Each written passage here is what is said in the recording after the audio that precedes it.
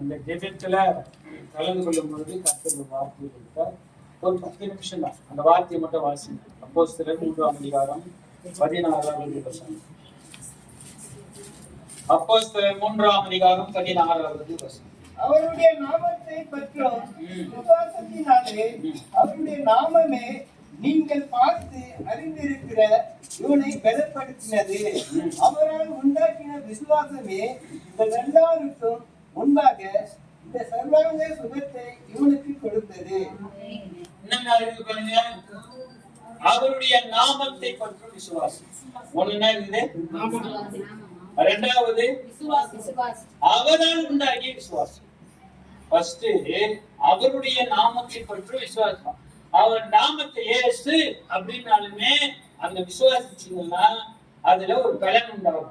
கரெக்டுங்களா? இருக்குதா? பைபிள் வசனம் தான் சொல்றோம்.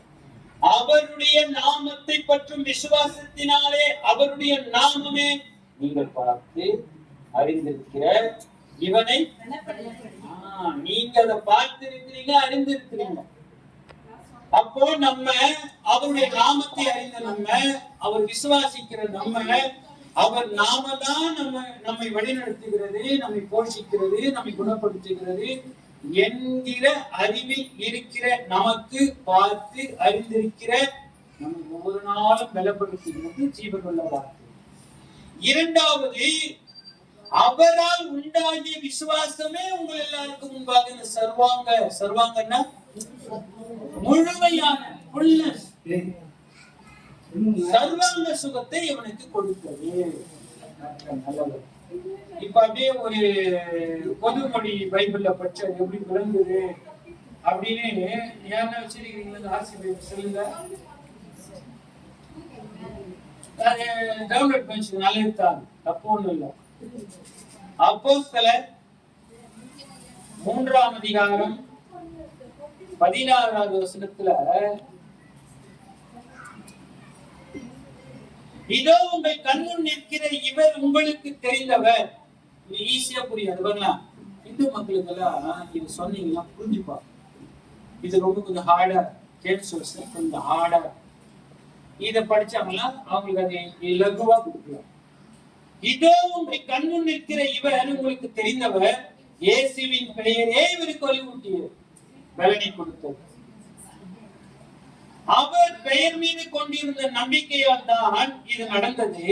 இந்த நம்பிக்கையே உங்கள் அனைவரும் முன்பாகவும் இவருக்கு முழுமையான உடல் நலனை கொடுத்தது. புரியுதுங்களா? ஈஸியா. அப்போ அவரால் உண்டாக்கிய விசுவாசமே உங்கள் எல்லாருக்கும், நம்ம எல்லாருக்கும் ஒரு முழுமையான சுகத்தை கொடுத்திருக்கிறது. அப்ப அந்த விசுவாசம் பலனை கொடுக்குது. இரண்டாவது சுகத்தை கொடுக்குது, பலனை கொடுக்குது, சுகத்தை கொடுக்குது. அப்போ அவருடைய நாமத்தை பற்றும் விசுவாசத்தினால பலனை பெற்றுக் கொள்கிற நாம் இப்ப நம்ம எல்லாருமே பலனை பெற்றுக் கொள்கிறோம் வச்சுங்க. முழு முழு முழு பலத்தோடு, முழு ஆவியோடு, முழு ஆவியோடு நல்ல பக்காவாயிட்டோம். இப்ப நம்ம போனா சுகம் முழுமை. இப்ப நீங்க போயிட்டு இப்ப நீங்க மோசஸ் மேல கை வச்சோம்னா சுகம் அப்பேற்பட்ட ஒரு அனைத்தீங்க அபிஷேகத்தை கொடுத்துருக்கோம்னா சாப்பிட்டு நம்ம கூடுதலா அடிக்கணும்னு சொல்லியிருந்தாரு. எல்லாமே எல்லாத்தையும் கொடுத்துட மாட்டாரு. சால்முனையும் முன்னச்சின்னு சால்முனையும் வந்தது, சால்முனை எல்லாம் சும்மா இது. நான் பசங்கிட்ட தான் சொல்றேன், என்னுடைய அழைப்பு சின்ன வயசுல நான் பாக்குறேன், வழி நடத்துக்கிற அழைப்பு. என்னை சுத்தி 10 பேர் எப்பவுமே இருப்பான். குடிக்கிறவனை சுத்தி 20 பேர் இருந்தான். எப்ப உதவி வாங்கிட்டு இந்த உலகத்துல என்னை சுத்தி கேங் அப்படியே இருந்துனே இருக்கும். அங்க யூனியன் ஆபீஸ்ல போனா என்னை சுத்தி ஆட்கள் இருந்துனே இருப்பாங்க. ஆனா என் கரெக்டா தப்பா நீ வந்த பிறகு யாரு மூத்தவங்க இல்லை. ஐயா நீங்க பாத்துக்கிறீங்க ஐயா, ஐயா நம்மளுக்கு தாங்கன்னா இவரு செய்தி சாப்பிட்டேன் வேலை செய்யறேன். அவரை நான் பார்த்ததுல நான் அவரை பார்த்தேன். ஏன்னா வேலைக்கே வர மாட்டேன், இவர் கஷ்டப்பட்டு வேலை செஞ்சு. அதனாலதான் ஒரு எஸ்எஸ்ஐ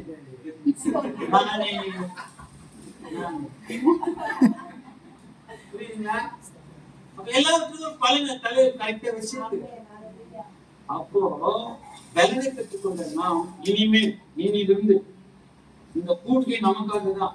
நல்ல வேலை எல்லாம் வந்து ஆரிசி என் பையன் கோவால வந்திருந்தா அவனுக்கு ஒரு மணி நேரம் கொடுத்துருந்தா இந்த ஆரிசி பின்னாடி தெளிவா அதுதான் சொன்னா நம்ம வீட்டு மேல அர்த்தம் இல்லை. ஒரு நாள் நடத்துவோம். அந்த நல்லது ஆகவே இப்ப அவருடைய நாமத்தை பற்ற விசுவாசம் எபேசியர் 1:20 மட்டும் படிங்க. எபேசியர் 1 சின்ன அவ்வளவுதான், ஒரு 5 நிமிஷம் முடிச்சிடும். மோசஸ் பிரதர் உங்களுக்கு புரியுதா சொல்றது? ஓகே, படிங்க. எல்லா துரைத்தனத்திற்கும் அதிகாரத்திற்கும் வல்லமைக்கும் கர்த்தத்துவத்திற்கும் இம்மையின் மாத்திரமல்ல மறுமையிலும் பெயர் பெற்றிருக்கும் எல்லா நாமத்திற்கும் மேலாய் அவர் உயர்ந்திருக்கத்தக்கதாக.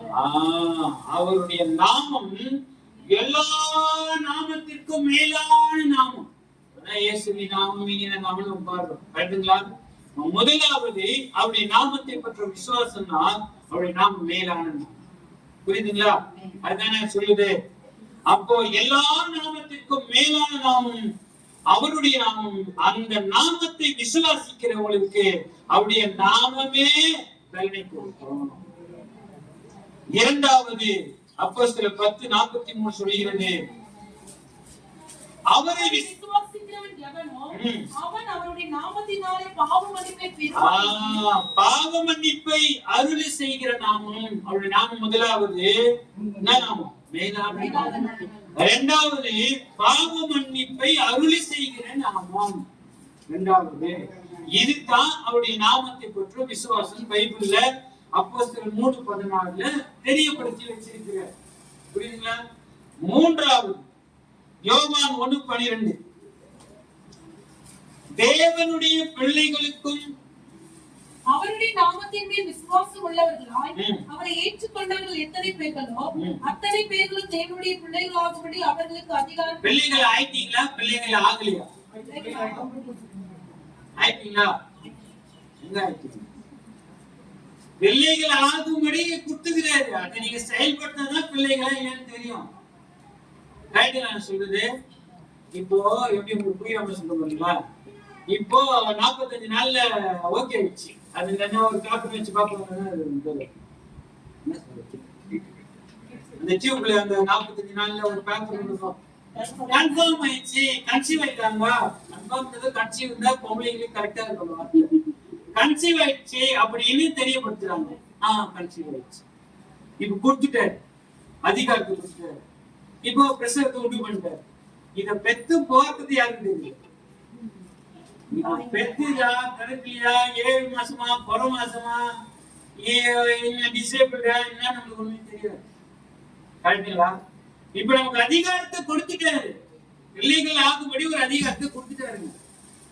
இந்த அதிகாரத்தை யார் பயன்படுத்துகிறானோ அந்த நாமத்தை, இயேசு என்ற நாமத்தை யார் விசுவாசிக்கிறானோ அவன் தான் முழுமையா 9 மாசம் 10 மாசம் வரமாட்டாங்க. 9 மாசம் தான் கொடுப்பாங்க. சும்மா 10 மாசம் நான் 10 மாசம் சுமந்துருக்கேன். 10 பொய். 10 மாசம் வந்துருக்காங்க. 9, 9, 8, 8 அப்படிதான் பிறக்கும். என்னவா 7, 6, 2 10 கிராமு 3 கிலோ பிறக்கும். சும்மா நானா 10 மாசம் அவன் பாவம்.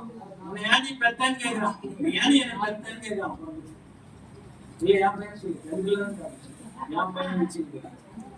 புரியுதுங்களா? அப்போ நம்ம கொடுத்துட்டாரு. அது யாரெல்லாம் இயேசுவின் நாமத்தை யாரெல்லாம் பயன்படுத்துகிறவர்களுக்கு பலன். முதலாவது என்ன பண்றாரு? அவர் நாமத்தினால மேலான நாமம் என்று அறிக்கை செய்ய அந்த விசுவாசத்தில் நமக்கு ஒரு பலனை கொடுக்கிறார். இரண்டாவது பாவ மன்னிப்பை அருளி செய்கிறார். மூன்றாவது தேவனுடைய பிள்ளைகளாகும்படி ஒரு அதிகாரத்தை, ஒரு லைசன்ஸ, நமக்கு ஒரு ஐடென்டிபிகேஷனை நமக்கு கற்றுக் கொடுக்கிறார். நான்காவது லூக்கா 10:19 இப்ப என்ன பண்றாரு பாருங்க.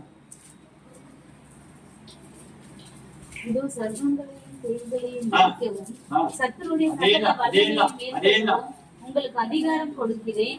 அவைகள் ஒன்றும் உங்களை நல்ல வசனங்கள். இன்னும் டீப்பா போலாம், டைம் இல்ல. சொல்லிட்டாங்க கர்த்தருடைய நாமத்தை பற்றி விசுவாசம். இயேசு என்ற நாமம். இயேசுன்னா யாரு? ரட்சிக்கிறவர்.